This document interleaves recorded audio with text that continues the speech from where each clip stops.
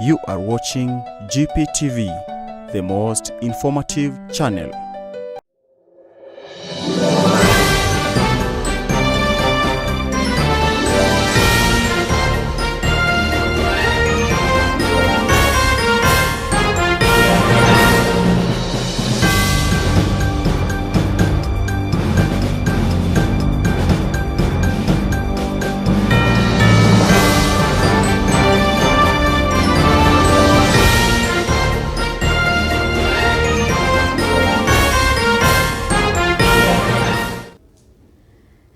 Welcome to GPTV Newsroom. I trust today was good. Mine was. My name is Cheruiyot. Now, today being the last day for the first round of voters registration, the Eldoret High Court has come out and requested IEBC to add 7 more days to end on date 9. This comes out as Kenyans have complained that the exercise took a very short time. For your presence here, we have been here since very early in the morning this day.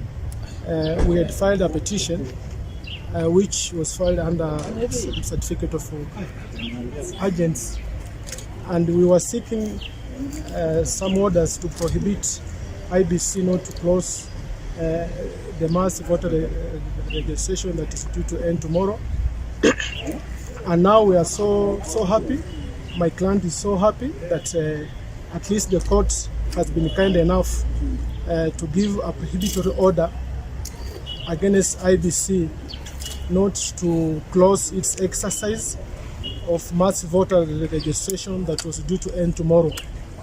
The court has been able to extend that exercise for the next 7 days until 9th of November 2021, when we'll be required to come back after serving all the parties concerned.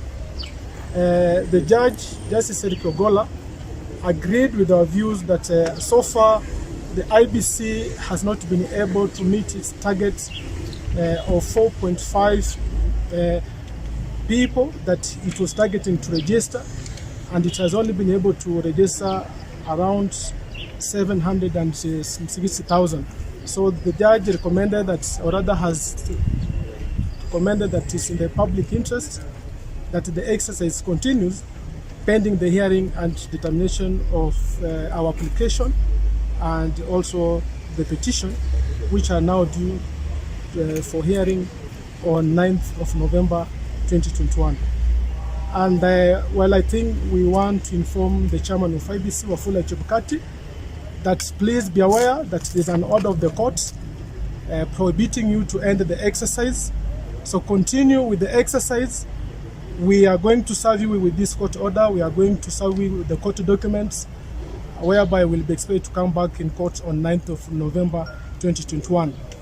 I want to believe that this being the press and the media, be aware that there's a court order, and if anything happens and you close the exercise, then we'll not relent, we'll still come back for conduct of court. The court has done.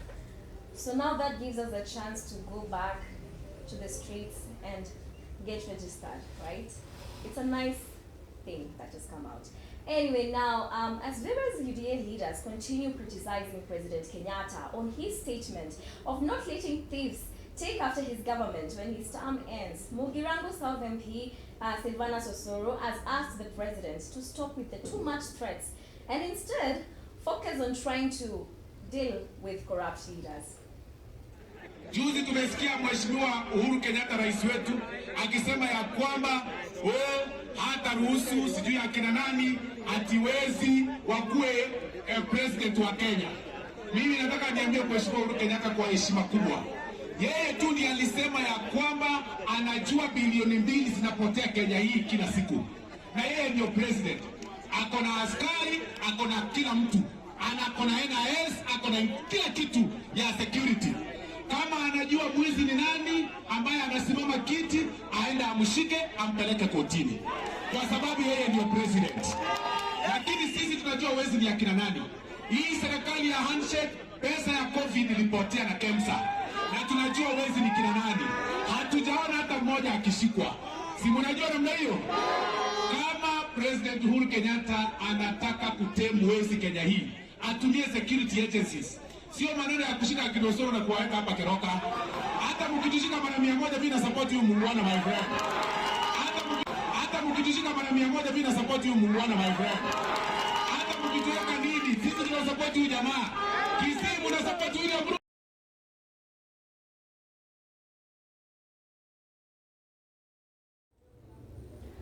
Now, leaders have been trying to come up with ways to ensure that the youths are considered, giving them jobs and providing them with facilities where they can be able to work for themselves and avoid idleness. Now, in the county of Isiolo, the finance chief officer, Peter Gachie, has asked youths to form groups where the government is going to come and help them, assist them, give them aid so that they can better improve themselves and avoid crime activities. Take a look.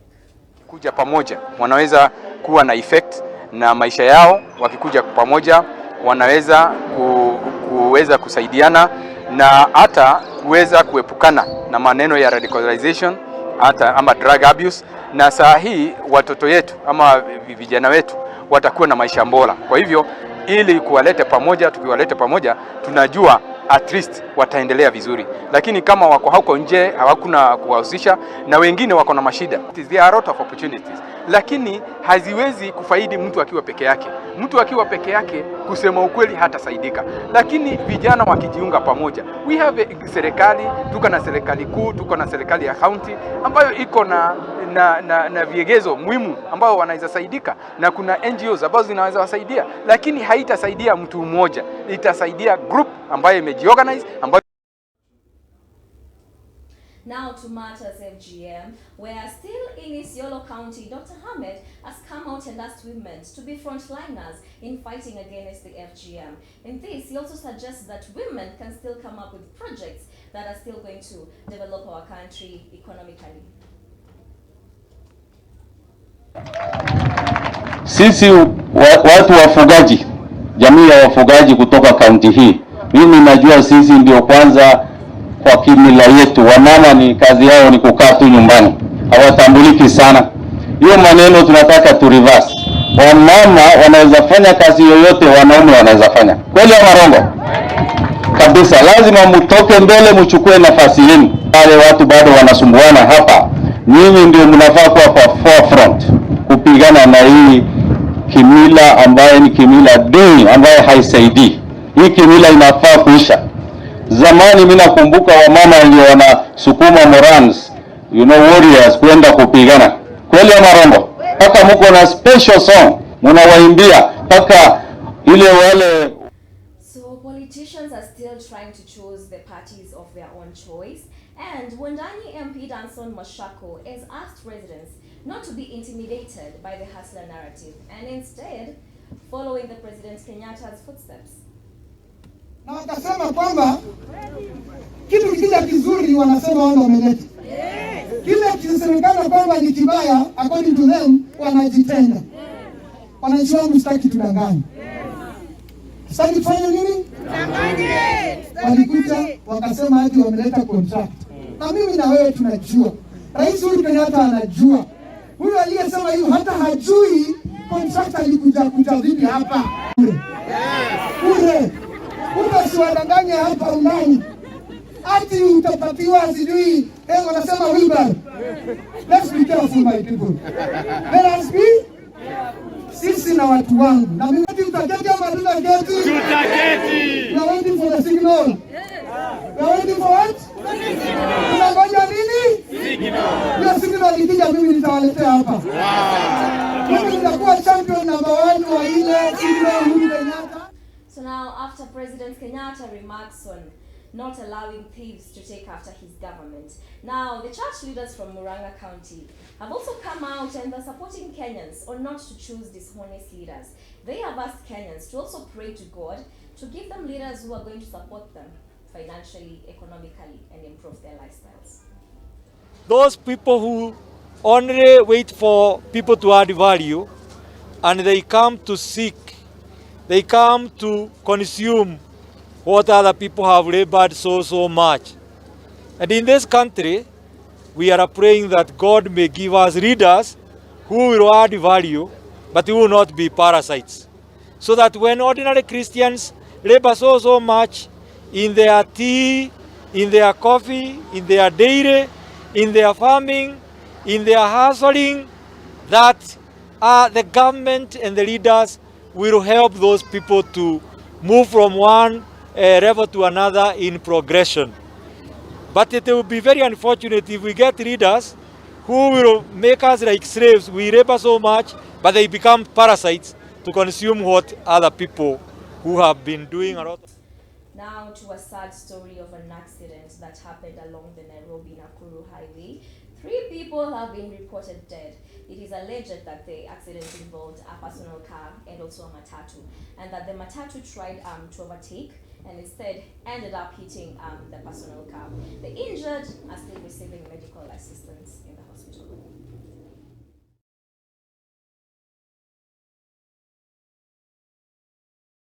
Hii barabara iko na makona mingi, so inatakikana madereva wakuwe na uangalifu na kuwa macho wakati wanaendesha magari. Watu wapatia ambulance kadhaa kwa hii barabara, ndio accident ikipatikana watu wakipelekwa kwa hospitali kwa haraka, because kama si ambulance, kama venye ambulance imekawia, kuna maisha ingeokoreka. Hii barabara bado inahitaji kuongezwa some bumps, kwa sababu ukiangalia kutoka huko juu mpaka chini huko Liloni ama ikatano utapata bump. Kwa hivyo watu wanaweka ile speed ambayo mtu anafikiria ya kwamba. Now to a shocking story that has been happening every second term of every year in schools, where schools have been reportedly been banning. And now recently, there's been rising cases of different schools getting banned. And now Buruburu Girls has indefinitely closed for an unknown period of time, also being followed by Molo School, which is also set to shut down for an unknown period.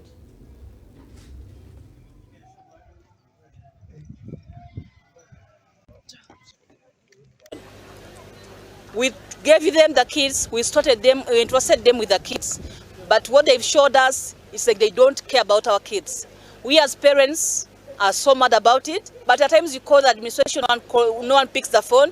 You call the class teacher, no one picks the phone. It's so traumatizing. Picha hizi zinaonyesha jinsi wanafunzi hawa walijaribu kuokoa maisha yao ili kuepuka moto huu ulioibuka katika bweni moja jana.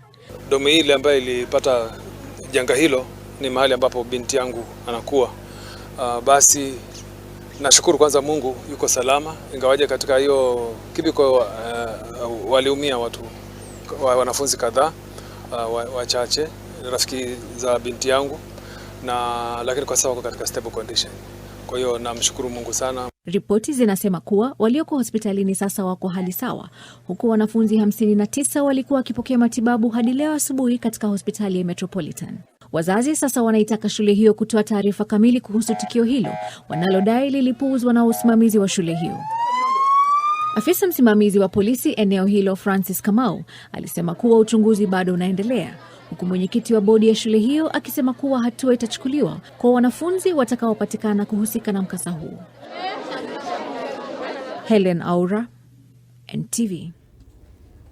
Let us now cross over to the county of Busia, in the constituency of Butula, where the police are looking for one man named Bernard Ouma, who apparently chopped off his wife's hands and left her severely wounded. And also the wife is still receiving medical assistance from the Busia Referral Hospital. Neighbors say that the two have been having frequent fights, and the family is afraid that the man might come back and even do worse.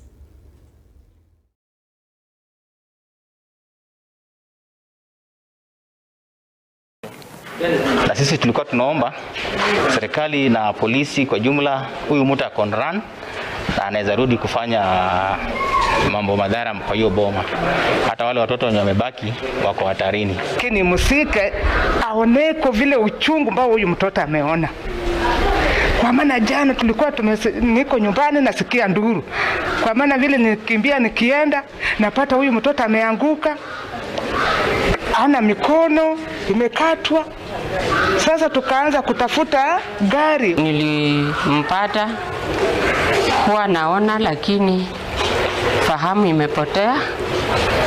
Mkono imekatwa, umeanguka huko.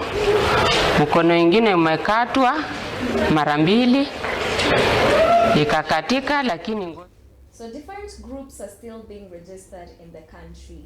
And the Kenyan Rastafari community has urged the government to recognize them as a minority group. Take a look at this story.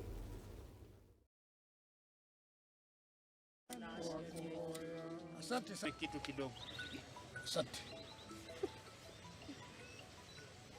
We are not only agitating for a member of parliament, we are agitating for the whole government to embrace Rastafari in all its agencies. So we call upon the Religious Council of Kenya not to leave us out on the national days and on the national prayer days.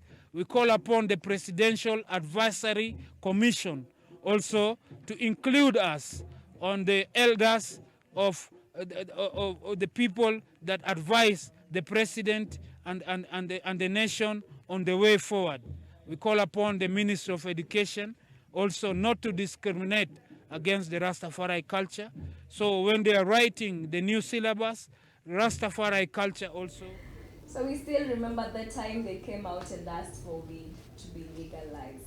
Anyway, that is all we had for you today. Remember, you can still get us on our SMS line on 0722442574 and our YouTube and Facebook pages at Gachie Prestige TV. I've been your host, Faith Cheruiyot, and do still stay tuned to Gachie Prestige TV. We have a show coming up next, Otoga Waniboshiatene.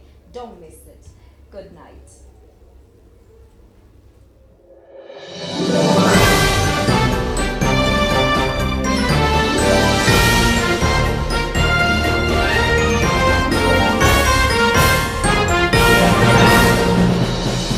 You are watching GPTV, the most informative channel.